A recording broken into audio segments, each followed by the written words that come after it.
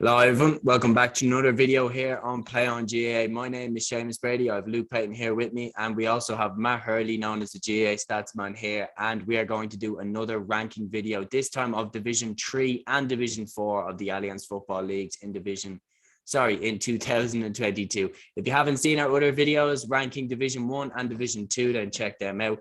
In this video, we're going to do the same thing. Luke, going to start with you for Division 3. The first team up here are Antrim. A team that obviously came up from Division 4, would have had hopes for promotion, fell away towards the end, but definitely some promising signs there for Antrim. What did you make of them?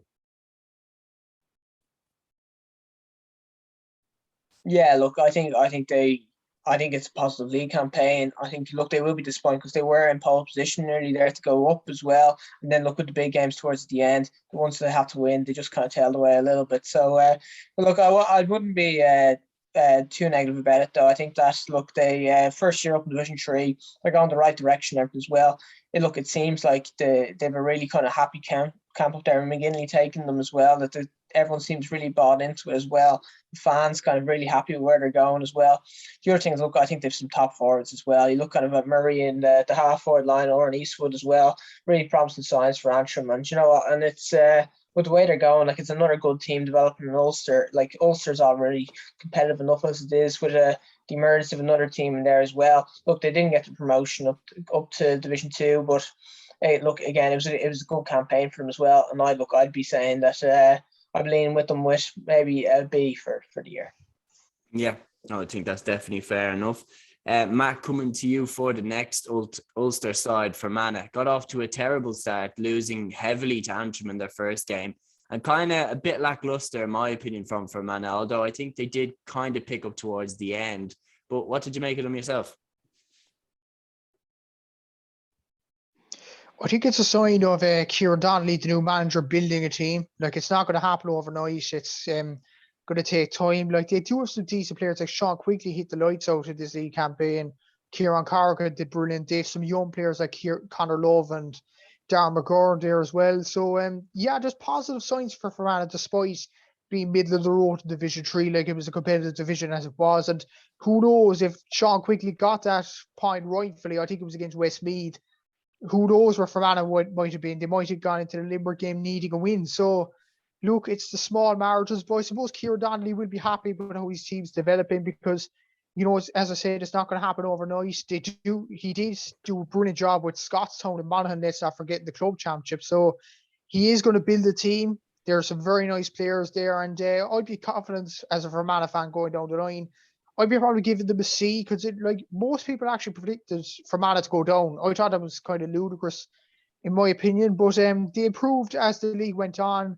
They did enough to stay up, and I think there's good signs for Fermanagh. There's some very good players coming through. Yeah, I would agree with that. Laois next, and I'm coming to you, Luke, for this one. Back-to-back relegations. Can't really say too much other than that. Where did it go wrong for them?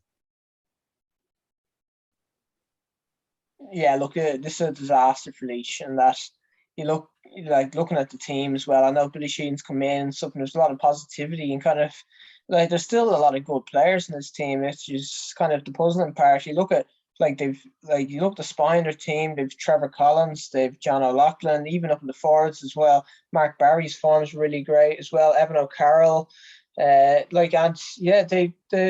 Gary Walsh as well. Like the players like are not Division 4 quality, and like the fact that this has happened now where they've gone into Division 4, it's a complete disaster really for them. And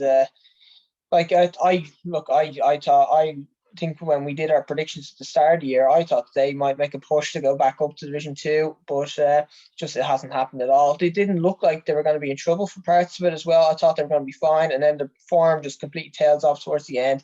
They finished the league really, really poorly and ultimately go down. So, I'd be worried about it as well. There was other incidents like Evan O'Carroll kind of giving a bit of descent, I think, to the sideline, and he got himself taken off because of something he said to the sideline. So, I think there's kind of a bit of infighting and everything in there as well. So look, I think for a team like Laois to end up in Division 4, like I know that they've won games, that the results weren't all terrible, that we've given other teams that have finished with zero wins, an F. But I think, look, you can't give Laois anything else but an F. For a team of their kind of quality with the players that they have to finish Division 4, it has to be an F, I think. Yeah, I think that has to be fair enough. And then to a side that has had a fantastic league campaign, I know that they didn't win the league final, but Limerick, up second promotion in 3 seasons under Billy Lee, they just continue to improve and make strides. Matt, what did you make of Limerick? They look really good. They did, yeah. And I thought they actually struggled considering Danny Neville left the panel. Brian Fanning actually returned this year, but he left at the end of last year. So I thought it was a troubling sign for Limerick, but complete well done to Billy Lee. He's been absolutely brilliant in this job for years now. Like, yes, I forget they shocked Tipperary in 2019, the Munster Championship. They could have shocked Cork last year if a few chances went their way as well. It's an undoubted A for Limerick. They've done absolutely outstanding. And when you look at their team as well, like Josh Ryan, for example, who hit the lights out in the league, I think scored 229 throughout the campaign. But he looks like a Munster second row. He looks in absolutely brilliant shape at the moment. And I suppose it translates from the hurlers to the footballers to the rugby players. Like Limerick sports at the moment, it is thriving. And JP McManus probably is the cause for that. They have some very good gyms set up. They must be feeding the players something brilliant at the moment because they look in brilliant shape. And you look at their midfield as well. Robbie Childs has done excellent. Ian Corbett isn't talked about as much, and that probably shows how much Limerick have progressed as a team. Hugh Burke has done excellent. Robbie Burke coming off the bench. Peter Nash, James Naughton, Adrian Enright, Killian Fahy, as always, has done absolutely brilliant for Limerick, and they've had a brilliant league campaign. I wouldn't put it past them to reach a Munster final. I know they've cleared the first game, but considering Clare's record attacking wise in Division 2, I actually wouldn't put it past Limerick to reach a Munster final this year. A very good campaign for them. It's only going to get better for Limerick. They could even stay up in Division 2 next year, in my opinion. Yeah, I think that Clare game is definitely going to be one to keep an eye on, and I agree 100% with your grade of an A. The only thing is being 2 defeats to Louth, that was the only blot really on their campaign. But moving on to the next side, Longford, and Luke, will coming to you for this one. Longford, Billy O'Loughlin's first year in charge, questions about his management style, but they managed to avoid relegation on the last day with that victory over Laois. But really, what did you make of that campaign? Yeah, look, another Met campaign, I suppose. And that, look, we talked about kind of already with the higher the divisions, the likes of Monaghan's, the Donegals, teams like that, they kind of just stayed up. They're not learning a whole lot from this league and stuff as well. They're still I still think they're too reliant on the key players like the Darren Gallaghers and the Mickey Quinns as well and stuff. There's a few nice players coming through as well, like Hagan in the corner forward spot looks to be a really good player coming through as well. But yeah, I don't think you can take a whole lot from Longford. I don't think they didn't even capture much attention really in the league. There was no narrative about them. There was nothing really, and it's all just a bit dull, I think, at the moment. They're not going up, they're not going down. There's just no real news coming from the county at the moment. Look, they've kind of first manager is a good sign. He's getting players in as well. It's the same as kind of all new managers that we've seen, that we've talked about so far. It's about blood in year one. And look, the real challenge for them is, look, be competitive in championship. And next year they build those players that they brought in and everything as well. And if they can start complementing those key players I've already talked about, like Robbie Smith as well and stuff. So yeah, look, I think just to see, it was a pretty standard league campaign for them, I think. Yeah, I have to agree with that. And then onto the champions, Matt, Louth, Mickey Hart. What a year for them. I mean, back-to-back promotions, and this time they go up to Division 2 as champions of Division 3. Mickey Hart proving how elite he is as a football manager. Not only did he do it with a star-studded Tyrone side, now he's transforming a Division 4 side into a thriving Division 2 team. So, I mean, all the credit to them. Sam Mulroy, Liam Jackson, Tommy Dern, and these lads have been absolutely superb. Just how good did you think they were? I think this league campaign shows exactly why Mickey Hart has to be considered as one of the best Gaelic football managers of all time. I said it probably at the start of the league as well. Like, if he gets load promoted, back-to-back promotions, that has to put him up there. Like, to do it with Tyrone's good enough, but to do it with Loud, what an achievement for Mickey Hart and his team. It's an undoubted A as well for them. Sam Mulroy, was brilliant, scoring 351 in the league campaign. But not just him as well. There was other players. Kieran Bird is another player coming back from AFL, scored 4 points in the league final. Lord play, did absolutely brilliant. Tommy Durnan, the Jackson brothers as well. James Califf in goal has a monster kick out on him. So they have a very nice team developing there at Loud. And the challenge now is to translate into the championship. Can they beat? They'll probably beat Carlow in the first round. Let's be honest, no disrespect to Carlow now, but they're playing Kildare in the quarterfinals. That'll be the main aim for them now to win that game, and it's at home as well. So I wouldn't put it past Loud winning that game, despite Kildare's decent form in Division 1. Like Loud, let's not forget they beat Kildare at home in 2010 as well, and we all know what happened that year. Hopefully they'll go on to win the championship this time. Hopefully Joe Sheridan isn't there to spoil the party this time, and they get to their rightful place in the All-Ireland quarterfinals, which they should have got in 2010. So all of the up for Loud, and hopefully they can build on this now. Yeah, absolutely fantastic campaign from them. Luke, coming to you for the next one, Westmeath. Bit of a strange campaign from Westmeath. I mean, if you're looking purely on the players that they have, Westmeath should be right up there, competing for the Division 3 title, let alone promotion. I mean, John Heslin, Kieran Martin, Jerry Egan, Luke Loughlin, Ronan O'Toole, they've some real star-studded forwards. But bit of a meh campaign again for Westmeath. Yeah, it's the same thing that applies to Longford in that it's another year pretty safe in Division 3 that they're just kind of treading water, I suppose, a little bit on that. There isn't really a push going forward as well. The worry, look, with those lads, the lads that you've all mentioned there, they're all getting on, and that this team kind of is it's aging up front as well. Like Kieran Martin's been a top forward for the last 10 years nearly as well. John Heslin as well has been a constant in that team as well. Is there really kind of the next player coming through in that team to push them on to the next level? I'm not really sure. If they're at a stage kind of at the moment with those players still playing fairly well and stuff as that, and they're still only kind of maintaining ground in Division 3 as well, be a little bit could cause a concern for the future as well. Not a huge lot of underage talent coming through as well. So, an okay league, I think, for Westmeath. They've done their job, that they stayed up in Division 3. But look, I'd be a little bit concerned about their long-term future, and that I just not really sure if there's just talent coming through to replace those players eventually. And it's just a little bit stagnant for them at the moment. I think if things were all right, we're perfect, they'd be looking at Louth and Limerick getting promoted in this division and thinking that there's no reason why we shouldn't be in that position as well. But that applies to all the teams we talked about so far.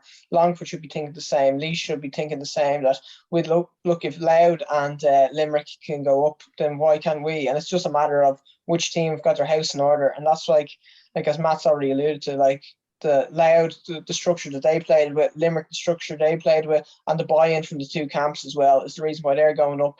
And that's why I think that some teams which we're talking at the moment, who are arguably probably more talented than those teams, are staying where they are and lacking that kind of bit of momentum. Yeah, I agree with everything that you've said there. And that brings us to our final team of Division 3. Matt, coming to you for Wicklow. Obviously, Colin Kelly, his first year in charge. Obviously, Davy Burke left. But Wicklow relegated. Do you think that they put up a good performance, or do you think it was a bit of a bad campaign? Look, I think it was a decent performance, judged by Wicklow standards. They were close in nearly every game this year. They drove Louth pretty well in the last game. They did well against Westmeath in the first game. They beat Longford as well, let's not forget. So, for that reason, I wouldn't necessarily give them an F for going down. I'd give them a D, just above that. I would have given them a C, but for the things happening behind the scenes. I don't know why Colin Kelly left, to be honest with you. Was it an illness issue? Was it a player issue? I don't know what it was, but he's gone. And Wicklow, look, it's going to be a tough campaign for them in the Leinster Championship this season, I think, because who knows how they'll perform. In the Tata Cup as well, it's going to be a very tough campaign for Wicklow. They do have some very good players like Mark Kenny coming through the ranks, Owen Darcy as well. They have some very nice players in Wicklow there, but it's all about getting the right manager there. I don't think they have the right manager at the moment. But yeah, I think a D is probably fair for them. They expect to go down this year, but they put up a decent fight, in my opinion. Yeah, I would agree with that. I think D is fair. I think that they, the hand that they had going into the league campaign, I think they were looking at relegation right in the face in the very beginning of the campaign, considering how close they came to obviously going down last season, and then they'd lost Shawnee Furlong and the like over the off season. So I think it was always going to be tough for them, and then it turned out to be a bit too tough for them. So moving on then, lads, to Division 4. Luke, I'm coming to you with the first team, Carlow.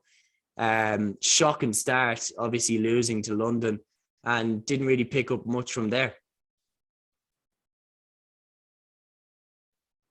No, not a great campaign, and they were kind of on the receiving end of a few kind of heavy score lines. I think the notable one shipping, I think it was 28 points to Sligo as well. So they're not a great campaign for Carlow. Their momentum, I think that's that they had from the brief Carlow rise in a few years back is absolutely gone. So it's a team that's kind of struggling at the moment, and I know Waterford finished up bottom of the division, but it really felt like Carlow kind of were nearly the poorest team in the division, considering like that they've had a bit of a relative bit of success in previous years. That they just seem to be kind of going backwards completely at the moment, and there's no real momentum. They never threatened kind of the top two teams in this division, and they're one of the more disappointing sides in it as well. So I'd be leaning more towards a low D. I think maybe going down towards the direction for Carlow.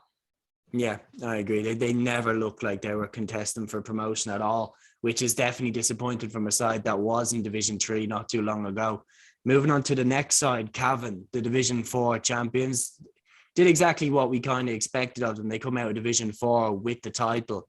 But let's not forget that, I think was it Stephen Quirk, hit the crossbar in the last minute, and that would have given Tipperary the Division 4 crown. Cavan also lost to Tipperary in the Division 4 in the normal matches. And then not only on top of that, the only real game where they put a beating on a side was, I think, when they played Carlow. Apart from that, they kind of tiptoed through. They got the job done quietly, but they didn't really make a statement, in my opinion, that they're levels above the teams in Division 4, which if you look at the talent that they have, they absolutely are, in my opinion.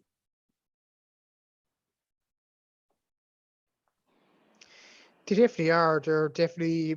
They shouldn't be in Division 4. We said this from the outset of the league.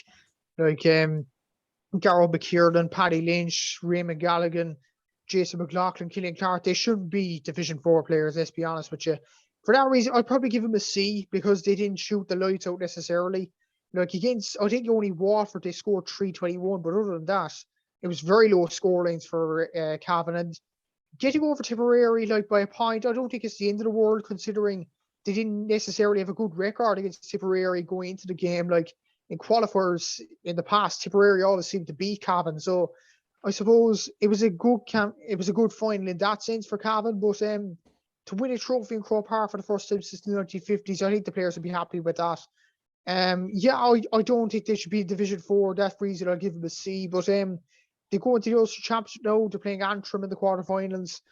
You would think they'll get over that, but considering Antrim's form, maybe not. So the semi-finals then, most likely Donegal, be Armagh and make a push there. But if they play Donegal, like they could even get over Donegal, considering they only beat them 2 years ago. So it's not inconceivable they could get to an Ulster final and avoid the Stanton Cup. So it was a decent enough campaign for Cavan, despite getting promotion. I'll give them a C, just because they didn't shoot the lights out, particularly in any game, really. Yeah, I would agree with that. And then moving on to the next side, Lycham, of course, they had a bit of a weird start. They also lost to London, but then they obviously had that great day against Tipperary where they won quite easily down in Semple Stadium. Of course, Andy Moran's first year in charge as Lycham manager. Luke, what did you make of this campaign, first under Moran? Yeah, look, another kind of up and down campaign. I think Andy Moran would be happy enough with how it's gone, though. I think they've shown a lot of good positive signs. They've been fairly competitive in every single game as well. Some great wins as well. We already talked about though as well though the impact of red cards in the last day of the league though, and look news coming in now. The Keith Byrne's going to miss the first game in Connacht as well, which is absolute disaster for them really as well. You look at the scoring tallies as well. Kind of you look down the divisions, him and Samuel Roy kind of were the big scorers really coming down. Look how reliant Lycham were on him, 4 scores as well, and for them to be missing him for the first round of the championship, it's an absolute disaster like really for them as well. Look, they had some good other performers like Ryan O'Rourke, Donald Wren as well. Like, but look, really, Burns, their leader in that team, they need him. They need him for frees. They need him scoring from play as well. So the fact they've lost him for the championship is a huge setback for him as well. Like a pretty decent first campaign for Andy Moore and stuff to build on as well. Look, but then I'm going the same point again is that look, it leaves a sour taste in their mouth the way that transpired the last week of the league as well. So I'm going to go with a C for Lycham, I think. Yeah, I would agree with that. And then moving on to one of the stories of the Alliance Football League campaign in 2022, London, of course, they hadn't played a Gaelic football match since before the pandemic. They come back, they beat Carlow, and they beat Lycham, they beat Waterford. I mean, really remarkable from London. And I know that they kind of faded away as they faced the likes of Cavan, Tipperary, but their performance, I think, was absolutely fantastic given the circumstances, man.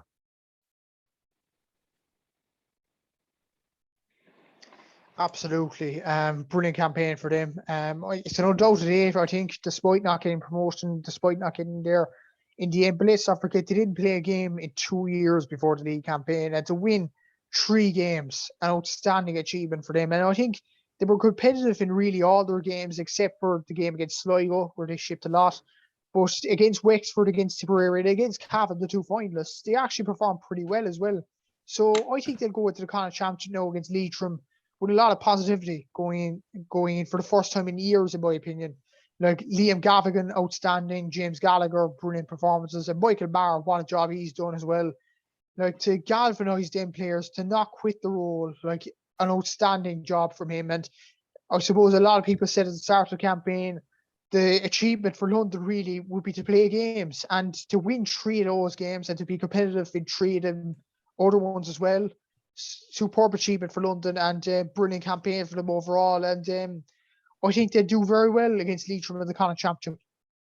Yeah, I think that's a real banana skin for Lycham, and I think that game is going to be very, very tough, especially without Keith Byrne. Moving on from London then to Sligo. A side, Luke, that started the league campaign fantastically. You mentioned about the massive tally that they put up against Carlow. And with Tipperary's kind of dip in form at the start of the league campaign, yourself and I were kind of starting to think, yeah, Sligo are probably going to go up with Cavan. And then it just kind of faded away from them and promotion slipped through their fingers.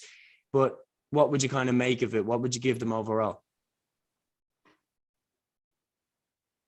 Yeah, no, I'd be positive about it. I think that I think they're going in the right direction. I think that I like their team. I like the players they have coming through. Like you look at Luke Towie coming back from the Aussie rules and stuff. He's come back straight back in. He's playing really, really well. Sean Carbean in midfield, and as well. Look, I think Niall Murphy is the most underrated forward, I think, going, and that you look at the tallies he puts up. But the interesting part about him is that most of his scores come from play. He kicks maybe 3 or 4 frees. You could see he has a 10-point game and maybe 3 or 4 frees, and the rest come from play. He's a natural scorer and really, really top player. Like I'll go back to it again. Like that game when they scored 28 points in it. Like to see that in a football match, that was a hurling scoreline, scoring 28 points. So like I think that was like when I remember looking through the scorelines after that game and checking the Division 4 results, and that was just a result that jumped off the page. And that for a team to have that ability, I know they're playing like a Carlow team that have not been up to much this year as well. Was just fantastic scoring and some really, really positive signs. Like I think they're unfortunate in that. Look, I think if Tipperary and Cavan were in Division 3 this year, I think that could easily have been the Division 3 final as well. It was just a weird year where I really think there was no real gap between Division 3 and Division 4. All those teams are at a similar enough level. And for next year, you're looking at the teams like Laois have gone down as well. I don't think Sligo will be too worried about the teams coming down to Division 4 next year. Wicklow, I think, look, Sligo will be my early pick to top the table in quite convincing fashion next year and go to Division 3. So I'd give them a B+, I'd say. Yeah, I think that's fair enough. And then moving on then to the Division 4 champions, Matt, coming to you. No, sorry, not the division, the near Division 4 champions, Tipperary. Stephen Quirk hit the crossbar. They could have been champions if that had gone in. My bad for that.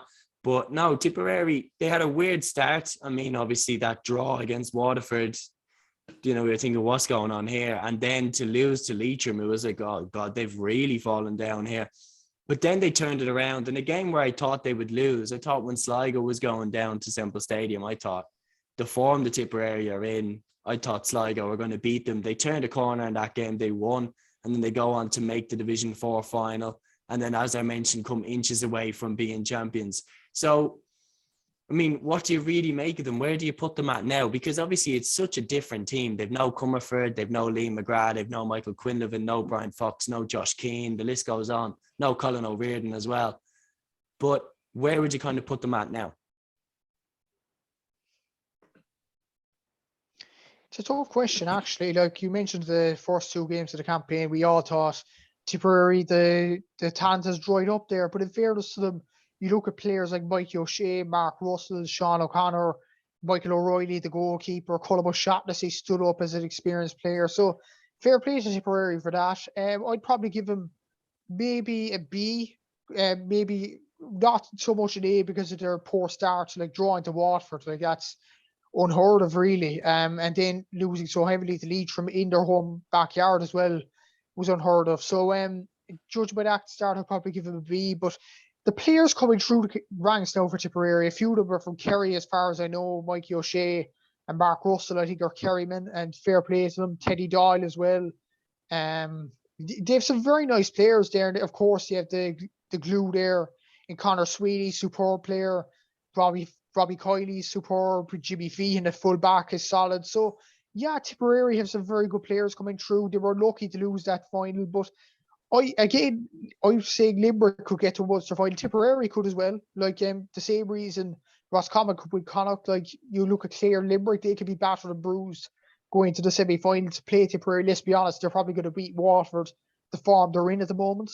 So it could be Tipperary and either Tipperary or Tipperary against either Clare or Limerick to decide who will be in the Munster final to play Kerry. That'll be an interesting game to look at. And considering Tipperary as it stands in the Stanton Cup, this is an opportunity to get back into the Sam Maguire. Yeah, and that would be a wonderful story for them. Yeah, I think a B+ is probably fair enough. Tipperary didn't win the league, which they definitely would have been eyeing up at the start of the campaign. But considering everything, considering the talent that they were missing, I think it's a good achievement to get promoted. Moving on then to Waterford, Luke. I mean, Effie Fitzgerald obviously was in his first year in charge of the Waterford footballers, got off to a good start, obviously getting that draw against Tipperary, but then really never got going after that and finished the campaign bottom of the table. Yeah, look, this is a hard one to kind of to grade, because when you look at it as well, you look at the talents kind of available. Like, I don't think there's much arguments that this is probably the least talented squad in the country, and that for them to finish bottom of the division, look, I think it's not a huge surprise. I thought they were getting a bit of early attention with that draw at Tipperary, where they showed like an awful lot of kind of courage in that game. That was a 10-all draw. They showed defensive solidity in there as well. And people were saying that Effie Fitzgerald, like, I think there was a lot of kind of confusion when he took the job, because look where he's gone from with the Cork ladies, like an absolutely top side, to go from there down to a Waterford team that, look, I thought it would be a Waterford job that they'd struggle to find people to take it, because look, it's a really, really tough job at the moment, and it's going to be a huge challenge to turn them around. The players just aren't really at the level required. I don't think it's a very, very difficult task for Effie Fitzgerald. So look, I think based off the performance levels and that, look, the panel have bought into them. I'd be more positive about them than Carlow, despite Waterford finishing bottom of the table. I'd maybe go D+ for that early kind of bit of fight that they showed, but ultimately, look, at talent shows towards the end, and look, there's a reason why they finished bottom of the table, but not due to a lack of trying. I don't think so. Yeah, I would agree with everything that you said there. I just think they just don't really have the players, but then again, they did show a lot of fight, and the likes of Dara Corcoran and stuff like that did show some good promise. So moving on to the final team then, Matt, Wexford. Now, obviously, you obviously mentioned that at the start of the league campaign, you're potentially tipping them to go up. Never really materialised for them. I know that they were missing the likes of Dahi Waters, etc., but just never really got going for them. Didn't really, and Wexford are probably the most disappointing team in the country, in my opinion. Like, they have such abundance of talents coming through, and considering like what happened against Dublin last year, that should have been a stepping stone to achieve greater things for them. And considering Shay reaching the Leinster semi-final as well, playing some very good football, that could have been a stepping stone to work from, but it didn't. As you said, it didn't materialise whatsoever. I'd probably give him close to E or F, to be honest with you. I think there's some very good players in Wexford, and they just don't realise that yet. Like, even against Carlow, a team that Luke mentioned that struggled, they only managed to draw against them. Watford, they didn't really do great against them either. Like, some very poor performances from Wexford, considering the players they have. John Tubbert's an excellent player. Johnny Walsh, you mentioned, is retired from intercounty football. They have some very good players coming through. Martin O'Connor, Ben Brosnan, of course. So it's a real disappointment for Wexford to, let their league campaign peter out like this. And they're all Ireland semi-finalists from 2008. Let's not forget that. There's a very good history, very good talent coming through, and more coming through. Alan Aman, he's a very good minor coming through the ranks. So hopefully it happens over the next few years for Wexford's sake. But for now, I probably have to give him close to, maybe I'd be nice to give him a D, but I wouldn't be surprised if anybody else gave him an E or an F, to be honest with you. Yeah, I think that's absolutely fair. And then, like, the talent as well, you mentioned like Michael Furlong and Liam Coleman, who was midfield for DCU in the Sigerson. Like, that's just, they should be doing better than that, in my opinion. And yeah, so guys, that is the Play On GAA rankings of the teams in Division 3 and Division 4 for the Alliance Football League of 2022. Let us know if you agree with us in the comments below about all the divisions, Division 1, 2, 3, and 4. And yeah, get involved. We hope you enjoyed the video. Matt, thanks again for coming on today. Thanks very much, lads. Happy to help with your podcast. Lovely. All right, Luke, it's been a pleasure again. And yeah, guys, so that is the end of the video. Until the next one, guys, take care.